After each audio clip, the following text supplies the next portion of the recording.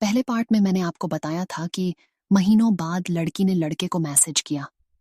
उसके मैसेज ने लड़के को अजीब सा महसूस कराया। जिस लड़की ने उसे इतना दर्द दिया था, वही अचानक से क्यों मैसेज कर रही थी। ये सोचकर लड़के की आंखों में आंसू आ गए। उसने मैसेज पढ़ा, जिसमें लिखा था, हेलो, तुम कैसे हो? मुझे तुमसे कुछ बात करनी है। लड़के ने मैसेज पढ़ने के बाद कोई जवाब नहीं दिया। उसका दिल भारी हो गया था, क्योंकि वह फिर से उसी दुख में वापस नहीं जाना चाहता था जिससे वह बड़ी मुश्किल से बाहर आया था। लेकिन लड़की ने लगातार मैसेज भेजने जारी रखे। कुछ दिन बाद फिर से मैसेज आया, क्या अभी भी तुम मुझसे गुस्सा हो? सॉरी, माफ कर दो, मुझे तुमसे बस एक बार बात करनी है, प्लीज रिप्लाई तो करो। लड़के ने फिर भी कोई जवाब नहीं दिया। उसने खुद को संभालने की कोशिश की। लड़की ने फोन किया, लेकिन लड़के ने फोन नहीं उठाया। वह नहीं चाहता था कि लड़की से उसकी कोई बात हो। दिन बीतते गए। लड़की रोज कॉल करती रही, लेकिन लड़का लगातार उसे इग्नोर करता रहा। लड़की बहुत परेशान हो गई थी। वह बस एक बार बात करना चाहती थी, लेकिन लड़का कोई इंटरेस्ट नहीं दिखा रहा था। फिर एक दिन लड़की ने गुस्से में एक आखिरी मैसेज भेजा, तुम मुझसे बात नहीं करना चाहते हो ना? तो ठीक है, मैं मरने जा रही हूं, मुझे ऐसे नहीं जीना है। ये मैसेज पढ़कर लड़का पूरी तरह से टूट गया। वह सोचने लगा, जिस लड़की ने मुझे छोड़ दिया, अब वो मेरे लिए मरने की बातें क्यों कर रही है? उसके अंदर कई सवाल उठने लगे, लेकिन उसने मन को शांत कर लिया और बिना सोचे समझे जवाब दिया, तुम ऐसा क्यों कर रही हो? अब तुम मुझसे क्या चाहती हो? लड़की ने तुरंत जवाब दिया, मुझे तुमसे बात करनी है, प्लीज फोन उठाओ।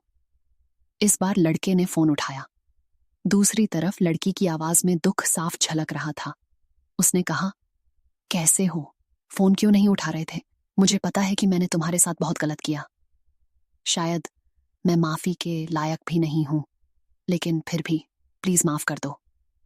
लड़का शांत स्वर में बोला, अब माफी की कोई जरूरत नहीं है।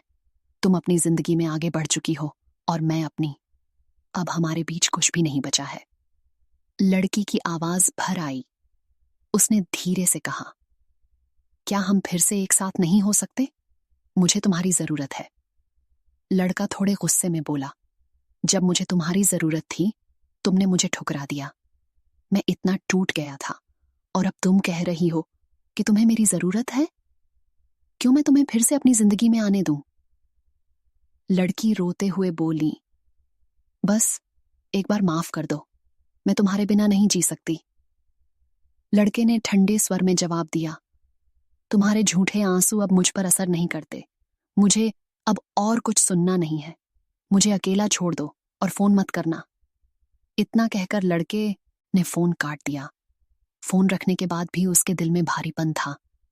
पुरानी यादें फिर से ताजा हो गई थीं। वह रात भर सो नहीं पाया और पुरानी बातों को सोचते हुए दुखी हो गया। समय धीरे धीरे गुजरता रहा, लेकिन लड़की रोज उसे मैसेज करती रही, कोशिश करती रही कि किसी तरह से लड़का उसे माफ कर दे।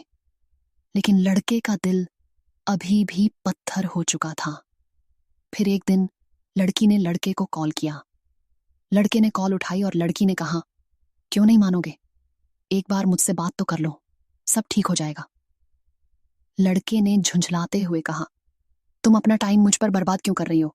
मुझे अब कुछ नहीं चाहिए। लड़की ने कहा, अगर तुमने कभी मुझसे सच्चा प्यार किया है, तो बस एक बार मुझे अपने पास रहने दो। 2-3 महीने दे दो और देखना सब ठीक हो जाएगा। फिर अगर मैं तुम्हें मना नहीं पाई, तो मैं खुद दूर हो जाऊंगी और कभी तुम्हें परेशान नहीं करूंगी। लड़का सोच में पड़ गया। आखिरकार उसने कहा, ठीक है, लेकिन यह तुम्हारी आखिरी कोशिश होगी। इसके बाद लड़की रोज उसे फोन करती। धीरे धीरे लड़का भी उससे थोड़ी बहुत बात करने लगा। हालांकि वह सतर्क था, वह फिर से टूटना नहीं चाहता था। कुछ महीने गुजर गए और सब कुछ नॉर्मल लगने लगा, लेकिन लड़का अब भी पूरी तरह भरोसा नहीं कर पा रहा था। फिर एक दिन लड़की ने लड़के को कॉल किया और कहा, तुम सही थे, मैं अपना और तुम्हारा दोनों का वक्त बर्बाद कर रही थी, अब और नहीं करूंगी। लड़का अचानक चौंक गया।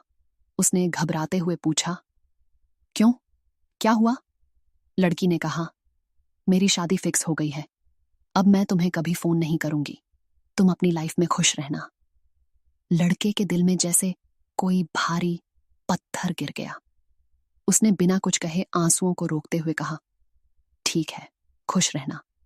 लड़की ने कहा, सॉरी अगर मैंने तुम्हें कभी हर्ट किया हो, अलविदा। इतना कहकर उसने फोन रख दिया। लड़का फिर से उसी दर्द में लौट गया जिससे वह बाहर आने की कोशिश कर रहा था। कुछ महीनों बाद जब लड़का फेसबुक पर था, उसने लड़की की शादी की तस्वीरें देखीं। उसकी एक दोस्त ने वो तस्वीरें शेयर की थीं। उसे फिर से दुख हुआ, लेकिन इस बार वह चुपचाप उस दर्द को सहन कर गया। उसने खुद से कहा, जो किस्मत में लिखा होता है वही मिलता है। और वो लड़की को भुलाने की कोशिश करने लगा। बस इतनी सी कहानी थी उस लड़के की। मैं आप सबसे कहना चाहता हूं कि अगर आप किसी से प्यार करते हैं तो उसे निभाने की जिम्मेदारी लें। अगर निभा नहीं सकते तो किसी की भावनाओं के साथ मत खेलिए।